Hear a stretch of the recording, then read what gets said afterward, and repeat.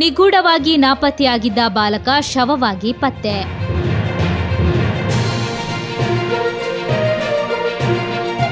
ದಕ್ಷಿಣ ಕನ್ನಡ ಜಿಲ್ಲೆಯ ಬೆಳ್ತಂಗಡಿಯ ಕಳಿಯ ದೇವಸ್ಥಾನಕ್ಕೆ ನಿನ್ನೆ ಮುಂಜಾನೆ ಧನುಪೂಜೆಗೆ ಮನೆಯಿಂದ ಹೋಗಿದ್ದ ಬಾಲಕನೋರ್ವ ನಿಗೂಢವಾಗಿ ನಾಪತ್ತೆಯಾಗಿದ್ದು, ಬಾಲಕನ ಮೃತದೇಹ ಮನೆಯ ಸಮೀಪದ ಕೆರೆಯಲ್ಲಿ ಪತ್ತೆಯಾಗಿದ್ದು, ಕುಟುಂಬಸ್ಥರ ಆಕ್ರಂದನ ಮುಗಿಲು ಮುಟ್ಟಿದೆ.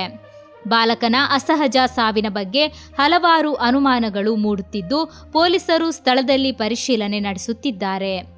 ಕುವೆಟ್ಟು ಗ್ರಾಮದ ಸಂಬೊಳ್ಯ ಬರಮೇಲು ಸುಬ್ರಹ್ಮಣ್ಯ ನಾಯಕ್ ಅವರ ಪುತ್ರ, ಗೇರುಕಟ್ಟೆ ಪ್ರೌಢಶಾಲೆಯ 9ನೇ ತರಗತಿಯ ವಿದ್ಯಾರ್ಥಿ ಸುಮಂತ್ ನಾಪತ್ತೆಯಾಗಿ ಮೃತಪಟ್ಟ ಬಾಲಕ.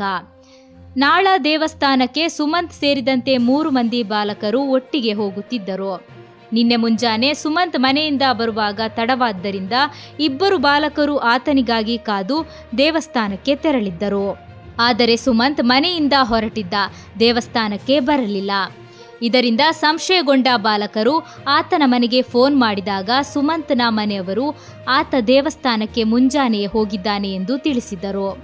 ಆದರೆ ಆತ ದೇವಸ್ಥಾನಕ್ಕೆ ಬಂದಿಲ್ಲ ಎಂದು ಬಾಲಕರು ಹೇಳಿದಾಗ ಮನೆಯವರು ಆತಂಕಗೊಂಡು ಸ್ಥಳೀಯರಿಗೆ ಮಾಹಿತಿ ನೀಡಿದರು.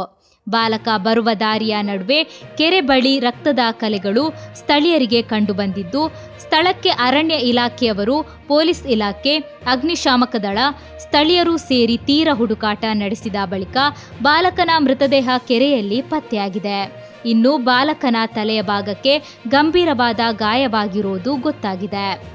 ಶಾಲಾ ವಿದ್ಯಾರ್ಥಿ ಅಸಹಜವಾಗಿ ಸಾವನ್ನಪ್ಪಿದ ಘಟನೆಗೆ ಸಂಬಂಧಿಸಿದಂತೆ ಘಟನಾ ಸ್ಥಳಕ್ಕೆ ಪಶ್ಚಿಮ ವಲಯ ಐಜಿಪಿ ಅವರು ಭೇಟಿ ನೀಡಿ ತನಿಖೆಗೆ ಮಾರ್ಗದರ್ಶನ ನೀಡಿದರು. ಮೃತ ಬಾಲಕನ ಮನೆಯವರೊಂದಿಗೂ ಮಾತುಕತೆ ನಡೆಸಿದರು.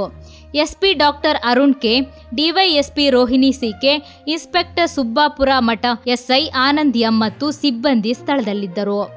ಆರಂಭದಲ್ಲಿ ಪ್ರಕರಣದ ಬಗ್ಗೆ ಹಲವಾರು ಅನುಮಾನಗಳು ವ್ಯಕ್ತವಾಗುತ್ತಿದ್ದರೂ ಪ್ರಾಥಮಿಕ ತನಿಖೆಯಲ್ಲಿ ಇದೊಂದು ಕೊಲೆ ಪ್ರಕರಣ ಎಂದು ಬಹುತೇಕ ಕಂಡುಬರುತ್ತಿದ್ದು, ಈ ಹಿನ್ನೆಲೆಯಲ್ಲಿ ಪೊಲೀಸ್ ಅಧಿಕಾರಿಗಳು ತೀವ್ರ ತನಿಖೆ ಆರಂಭಿಸಿದ್ದಾರೆ. ಬಾಲಕನ ಮೃತದೇಹವನ್ನು ಮರಣೋತ್ತರ ಪರೀಕ್ಷೆಗೆ ಮಂಗಳೂರಿನ ಆಸ್ಪತ್ರೆಗೆ ಕಳುಹಿಸಲಾಗಿದೆ.